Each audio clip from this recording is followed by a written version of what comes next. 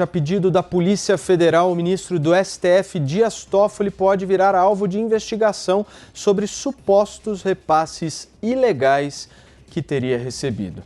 A acusação parte do acordo de colaboração premiada do ex-governador do Rio de Janeiro, Sérgio Cabral. Ele afirma que Toffoli teria recebido em 2014 e 2015 R$ 4 milhões para favorecer 2 prefeitos do estado em processos no Tribunal Superior Eleitoral. Por meio de assessoria, o ministro Dias Toffoli afirmou não ter conhecimento dos fatos mencionados e negou ter recebido valores ilegais. Também disse que não atuou para favorecer qualquer pessoa no exercício de seu cargo no Judiciário brasileiro. Eu vou fazer a mesma pergunta que a gente fez para a nossa audiência agora a vocês três. O Supremo Tribunal Federal vai autorizar a investigação contra o Dias Toffoli ou não, Serrão? Dificilmente. Se isso acontecer, o mundo vem abaixo. Provavelmente o Supremo não vai jogar contra o próprio patrimônio, como a turma costuma dizer no jogo de futebol. Esse caso do Toffoli é muito grave, é muito sério, porque ele é fruto de uma delação premiada de Sérgio Cabral Filho, segundo o ex-governador do Rio de Janeiro, que está condenado lá a mais de 280 anos por crimes ligados à corrupção. Se depender do Supremo, depois dessa ele não sai da cadeia tão cedo.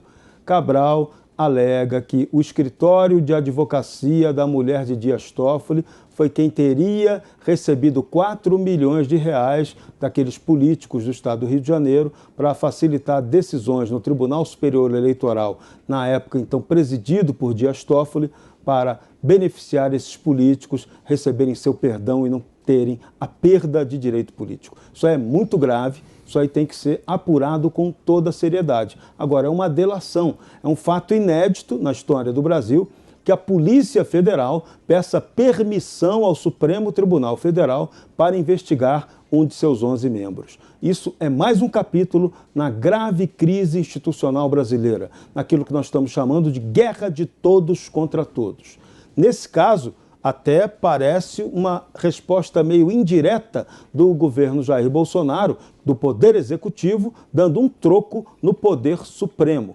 Ainda mais depois que houve uma reivindicação, uma cobrança dura das ruas, exigindo que o presidente Jair Bolsonaro tome providências contra eventuais abusos de autoridade cometidos pelo Supremo Tribunal Federal, que atropela todos os demais poderes e o Supremo, claramente, está exercendo a sua hegemonia sobre os demais poderes, executivo, legislativo, até o judiciário, quando se atropelou até a decisão de 3 instâncias judiciais que resolveram condenar Lula na Lava Jato, mas o Supremo deu aquele perdãozinho que reabilita o petista para disputar a presidência da República no ano que vem. Então, esses pontos são graves, têm que ser realmente apurados. Agora, por trás de tudo está a guerra de todos contra todos. Parece que a ação do Executivo tem um cheiro de vingancinha do Palácio do Planalto contra o Supremo Tribunal Federal. Se é verdade ou não,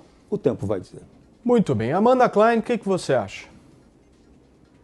Eu concordo com o Serrão no sentido que muito dificilmente o Supremo Tribunal Federal vai acolher esse pedido de abertura de inquérito da Polícia Federal e por um motivo muito simples, né? É o espírito de corpo nesses meios, né? É o que normalmente acontece nesses meios, haja visto na Câmara dos Deputados, por exemplo, em que até hoje nós temos uma parlamentar acusada de mandar matar o próprio marido que ainda não teve o mandato cassado. Vejam só.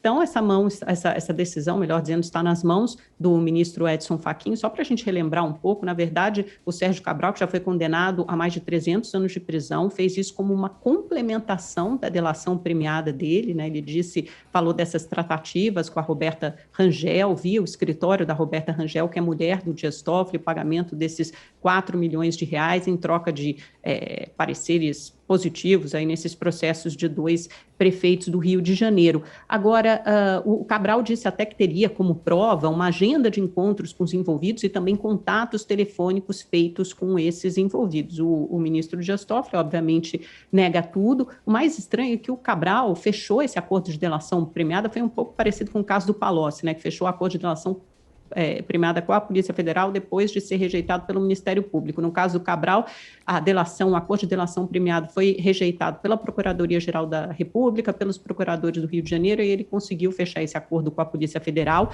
A PGR manifestou-se contra. Na época, o ministro Fachin aceitou, né, esse acordo de delação premiada, e aí a PF solicitou a abertura de inquéritos contra ministros. Olha, tem muita gente poderosa, ministros do STJ, do Tribunal de Contas da União e parlamentares. Então, essas investigações foram autorizadas pelo Fachin, mas aí o Procurador-Geral da República, Augusto Aras, pediu ao presidente, ao então presidente do STF, o ministro Dias Toffoli, que arquivasse esses pedidos de inquérito, essa delação, e o ministro Dias Toffoli assim o fez no apagar das luzes do seu mandato, né, no ano passado. Então é estranho, porque até conversando com um criminalista, ele me disse, é estranho porque se o ministro Dias Toffoli estava implicado nesses casos, obviamente ele não poderia ter decidido por engavetar esses inquéritos, essa delação premiada. Então agora essa decisão está nas mãos do Edson Fachin, vamos esperar para ver o que vai acontecer, mas eu também acho muito difícil que isso siga adiante. Constantino, e você? Sem dúvida que é difícil, né? Porque não só pelo espírito de corpo, como porque aparentemente tem muito ministro ali com o rabo preso, interessado em se proteger. E aí se abre um precedente, todo mundo pode ser investigado, né? O Toffoli já é o amigo do meu pai, né? Deu uma revista, era advogado do PT, trabalhava com o Zé Dirceu, né? Com o Zé Dirceu. Então, assim, muita gente fala que é um ataque à instituição, e hoje em dia dá até cadeia, né? Ainda bem que eu não estou no Brasil.